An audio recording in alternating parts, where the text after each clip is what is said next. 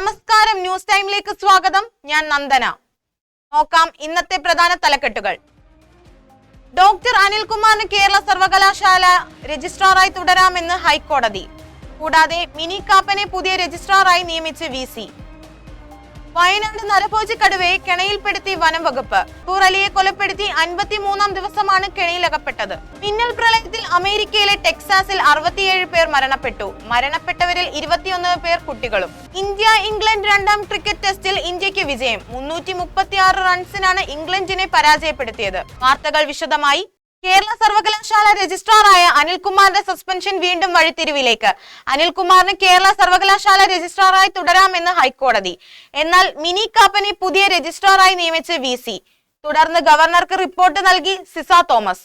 വയനാട് കാളികാവിലെ നരഭോജി കടുവയെ വനം വകുപ്പിന്റെ പിടിയിൽ. ഗഫൂർ അലിയെ കൊലപ്പെടുത്തിയ 53-ാം ദിവസമാണ് കടുവയെ കെണിയിലകപ്പെട്ടത്. കടുവയുടെ ആരോഗ്യസ്ഥിതി വളരെ മോശമാണെന്ന് റിപ്പോർട്ടുകൾ. കെണിയിൽ അകപ്പെട്ട ഉടൻ പരിഭ്രാന്തിയിലായ കടുവ തല കമ്പിയിലിടിച്ച് മുറിവേൽപ്പിച്ചെന്നാണ് വനം വകുപ്പ് അറിയിച്ചത്. ശാരീരികമായി ക്ഷീണിച്ച കടുവയെ തൃശൂർ ജില്ലയിലെ പുതുശ്ശേരി മൃഗശാലയിലേക്ക് കൈമാറി. അമേരിക്കയിലെ ടെക്സാസിൽ മിന്നൽ പ്രളയം. 67 പേരാണ് മരണപ്പെട്ടതെന്ന് ഔദ്യോഗിക കണക്ക്. ജൂലൈ 4 സ്വാതന്ത്ര്യദിന ആഘോഷങ്ങളുടെ ആഹ്ലാദം കെടുത്തിക്കൊണ്ടാണ് പ്രളയം ഉണ്ടായത്. മരണപ്പെട്ടവരിൽ 21 പേർ കുട്ടികളാണ് എന്നാണ് ഔദ്യോഗിക കണക്ക്. ഗ്വാഡാലൂപ്പ് നദിക്കരയിൽ ഉണ്ടായിരുന്ന 11 പെൺകുട്ടികളെ ഇതുവരെ കണ്ടെത്താൻ കഴിഞ്ഞില്ല. കായിക വാർത്തകൾ. ഇംഗ്ലണ്ടിനെതിരായ രണ്ടാം ക്രിക്കറ്റ് ടെസ്റ്റിൽ ഇന്ത്യക്ക് 336 റൺസ് ജയം.